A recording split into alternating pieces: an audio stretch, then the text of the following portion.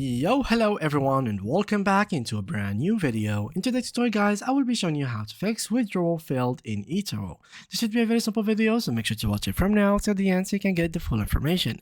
Now for today's video, we are going to show you exactly what can be the causes of this error and how to fix them.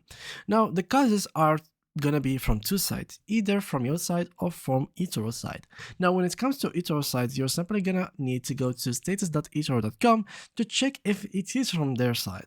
Now as you can see in this website, you can view all the server status and any glitch that could happen within the system and any problem that could stop the system operational features. You'll find it in here. As you can see here, we're talking about withdrawal, so what you need to go is to go a little bit down.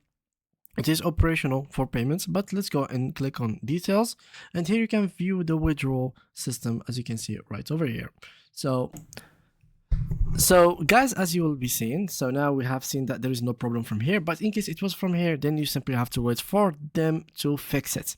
Now what if it was from not from them? That means that it is a problem from you, and there is probable reasons why, or a couple of reasons why this is a problem from your side. First of all, when you try to withdraw, you will need to understand that there is a couple of rules. The first rule is the fact that you cannot withdraw any amount that is less than 30 bucks. How did I know that? Well, simply click on this icon right here.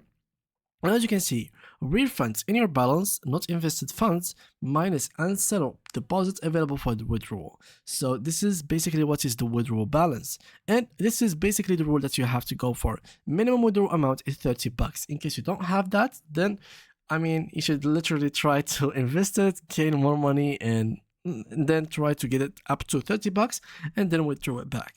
And yeah, this is simple, the solution. And that was completed for today's video. Thank you guys for watching, and see you guys in the next upcoming videos.